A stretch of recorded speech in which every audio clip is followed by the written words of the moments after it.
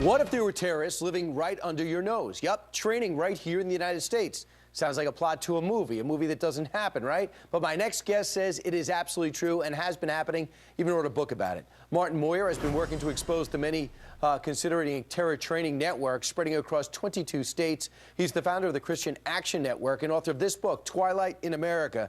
Martin, when we came out and we're talking about what's happening in Dallas, one of 22 different camps, you're somebody that didn't need to hear that report. You've known about this group. Tell me about them. Well, Muslims of the Americas has been in the United States since the early 1980s, actually formed in 1985, and they're run by a radical Islamic cleric out of Pakistan. His name is Sheikh Mubarak Ali Jilani. Most people aren't familiar with this sheikh, but they are familiar with Wall Street Daniel Pearl reporter who actually attempted to interview Sheikh Jilani about these camps in the United States. And on the way to that interview, he was kidnapped and then beheaded. Sheikh Jilani and the MOA does not like exposing these camps. They're basically located in rural America and deserted places in mountain areas, and they're a very dangerous group. And you know, I mean, there's nothing wrong with people living together who believe the same thing. I mean, there's Little Italy, you know, there's a Brazilian section right here in Manhattan. So what goes on in these groups that we should be aware of that's concerning to you? Well, the FBI report that came out yesterday that was produced in 2007 is quite clear about the objective of Muslims of the Americas.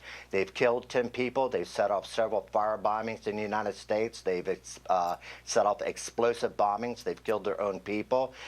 They're a very dangerous group, and the fact that Sheikh Jilani would dare to post on his own website that they have a hit team operating inside the United States and that they commit such crimes as running brothels, unemployment scams, drug running scams, and street crimes. He's telling this to his own people. I think that should give every American a sense of alarm as to what is going on inside of these villages. So what, right now the State Department had them on the terror watch list. They're not anymore. What do you think, are they being watched now? What's the FBI's role in all this? Well, I think they are being watched by several types of police force, but let's address the State Department. They were on the State Department of Foreign Terrorist Organizations watch list all the way up to the year 2001, when they finally mysteriously were taken off. And the reason why they were taken off is because it happened after 9/11.